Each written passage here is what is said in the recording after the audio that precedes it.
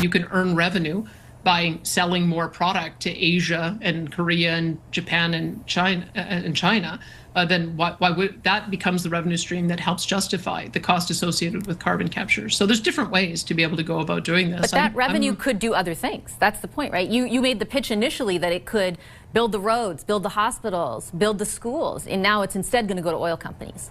Well, 100% of zero is zero, Vashi. Like, if you don't end up with production and you don't end up with revenue, there's nothing to divvy up. You have to begin with production. You have to create the environment where energy companies feel like they can get product to market and they can make money at it, and then we all benefit. But at the moment, we've had a situation where we've had cancellation of pipelines. The cancellation of Energy East, of Keystone, of Northern Gateway.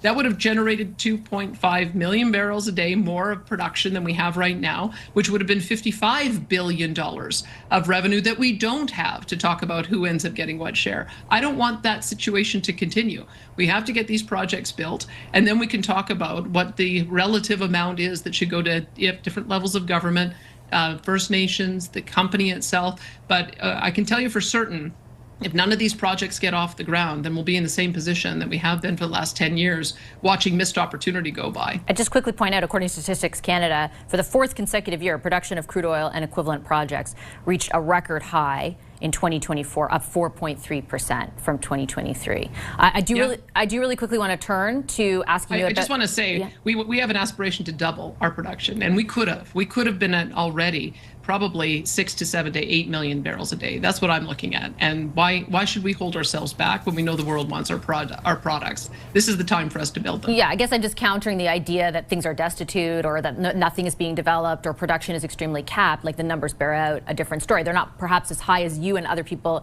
in the province, or maybe even across the country, want to see, but they're not going down. Vashi, we've got the lowest living standards in the world. Like, we're falling behind all the OECD countries in productivity growth and standard of living growth. And that's because these are the kind of projects that consistently fail and do not get built. So we can't sugarcoat that. That is a reality. If we want to be a rich country and we want to be able to keep up with our neighbors in growth, we've got to build things. We've got to dig things out of the ground. We've got to get products to market.